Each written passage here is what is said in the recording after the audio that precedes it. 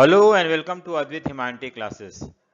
आज हम एक इम्पॉर्टेंट टॉपिक डिस्कस करने जा रहे हैं कि क्या वीटो पावर क्या है ये और क्या इंडिया को मिलना चाहिए या नहीं, यही हम डिस्कस कर रहे हैं। एक इंटरनेशनल इशू है और इंडिया इस वीटो पावर को क्लेम कर रहा है बहुत सालों से। तो क्या अब ये सिचुएशन आ चुका है कि इंडिया को मिलना चाहिए या नहीं मिलना चाहिए, हम इसी को देखेंगे।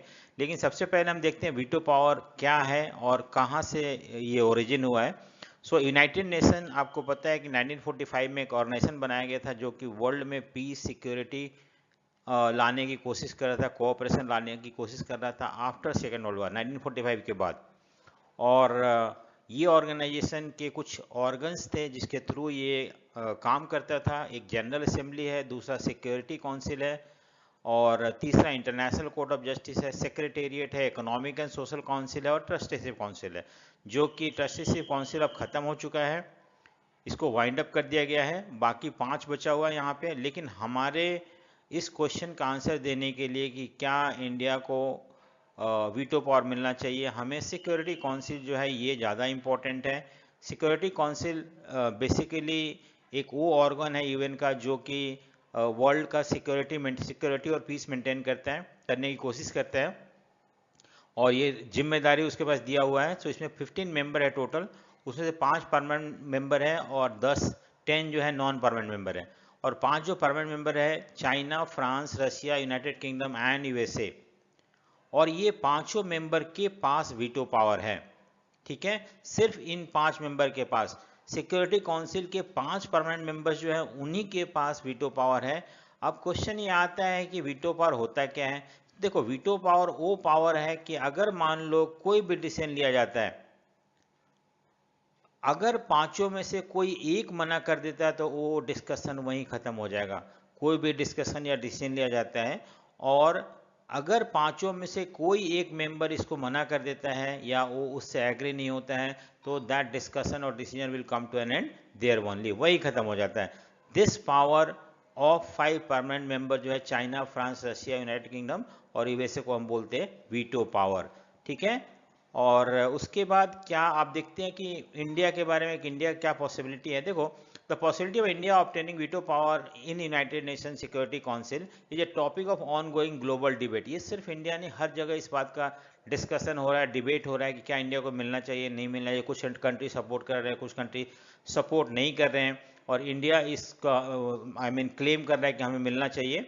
और दूसरी बात है कि एक और कंडीशन यहाँ पे है कि जब तक ये 5 कंट्री एग्री नहीं होंगे कि वीटो पावर इंडिया को मिलना चाहिए, तब तक इंडिया को वीटो पावर नहीं मिल सकता है। सिर्फ इंडिया नहीं, अगर मान लो कि हम चाहते हैं या वर्ल्ड चाहता है, सारे कंट्री वर्ल्ड के ये चाहते हैं कि जो मेंबरशिप को 5 से और हम एक्सपैंड कर दें, 6-7 कर दें, इसके लिए भी पांचों मेंबर एग्री होना पड़ेगा, पांचों मेंबर उसको सपोर्ट करना पड़ेगा, तभी जाके इसको एक्सपैंड करके इंडिया को इंक्लूड किया जा सकता है और कुछ इंपॉर्टेंट कंट्री उनको इंक्लूड किया जा सकता है। ठीक है, आप देखो, how ever acquisition of veto power for India जो है एक कॉम्प्लेक्स इशू है। क्यों है?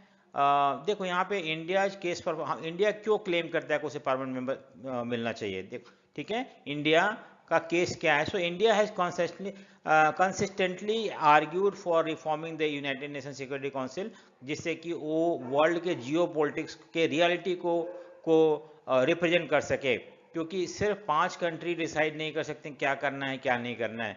अगर 5 कंट्री, और मोस्टली सारे कंट्री एक्सेप्ट चाइना, बाकी सारे यूरोपियन कंट्री है। सिर्फ 20% सीट जो है एशिया के कंट्री को मिला हुआ, बाकी सारे के सारे कंट्री यूरोप के हैं।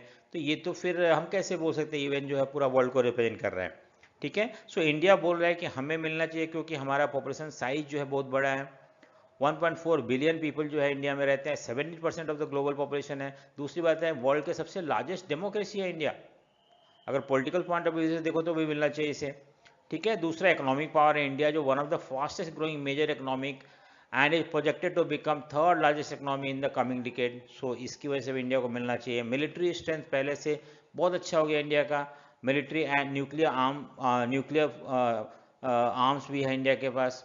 ठीक है, और एक मिलिट्री पावर है इंडिया। और ग्लोबल इन्फ्लुएंस, देखो India play key role in the regional and global affair. आज इंडिया जो एक नॉन फाउंडिंग फाउंडिंग मेंबर है नॉन अलाइड मूवमेंट के, और इतना ही नहीं बल्कि हर जगह जहाँ भी पीस लाने की कोशिश करी गई इंडिया ने हमेशा सपोर्ट किया उसको, और अपने आर्मी वगैरह भी भेजा है from the United UN peace keeping force के पॉइंट ऑफ व्यू से। तो इस पॉइंट ऑफ व्यू से भी हमें मिलना चाहिए। उसको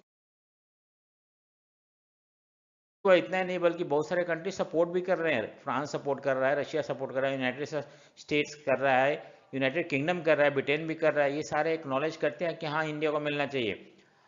दूसरी बात एक और चीज़ है कि G4 कोalition जो है, India is a part of G4 group. G4 group होता क्या, कौन कंट्रीज है, जर्मनी है, जापान है, ब्राज़ील है। और ये तीनों के तीनों कंट्री जो है परमानेंट मेंबर नहीं है सिक्योरिटी काउंसिल के, और ये चाहते हैं कि सिक्योरिटी काउंसिल एक्सपैंड किया जाए और उसमें इन सारे कंट्रीज को इंक्लूड किया जाए। इवन इंडिया भी चाहता है, ठीक है। और इस ये पॉइंट ऑफ व्यू से भी हम देख सकते हैं कि क्योंकि ये सारे कंट्री डेवलप कंट्री है और ये चाहते हैं कि यूएन का जो सिक्योरिटी काउंसिल का स्ट्रक्चर है उसमें बदलाव लाना चाहिए। नेक्स्ट है challenges to India bid for veto power. क्या क्या रुकावटें आती हैं इंडिया को वीटो पावर मिलने में। एक तो है कि resistance from current P5 member. हालांकि सारे country United kingdom, Russia, China, France, United सारे के सारे सपोर्ट करना चाहिए, लेकिन चाइना सपोर्ट नहीं कर रहा है। चाइना बोल रहा है नहीं चाहता है क्योंकि चाइना का अपना ओन रीजन है। ये बोल रहा है कि इंडिया और चाइना के बीच में वार चल रहा है, पाकिस्तान के चाइना सपोर्ट कर रहा है, और बहुत सारे ऐसे इशू है जिसको चाइना इकोनॉमिक राइवलरी है इंडिया के बीच में, इंडिया और चाइना के बीच में। तो all this thing is forbidding China to support India as a permanent member of security council, ठीक है। उसके बाद रीजनल राइवल है बहुत सारे, आपको देखना पाकिस्तान अपोज कर रहा है क्योंकि पाकिस्तान कश्मीर के इशू को लेके इंडिया और पाकिस्तान में कन्फ्लिक्ट चल रहा है बहुत सालों से, और टर्की भी कर रहा है, अरब वर्ल्ड भी इसे अपोज कर रहे हैं। तो ये सारे चीज़ भी हमारे आई मीन परमानेंट सीट मिलने में कुछ रुकावटें आ रही है उसमें, ठीक है।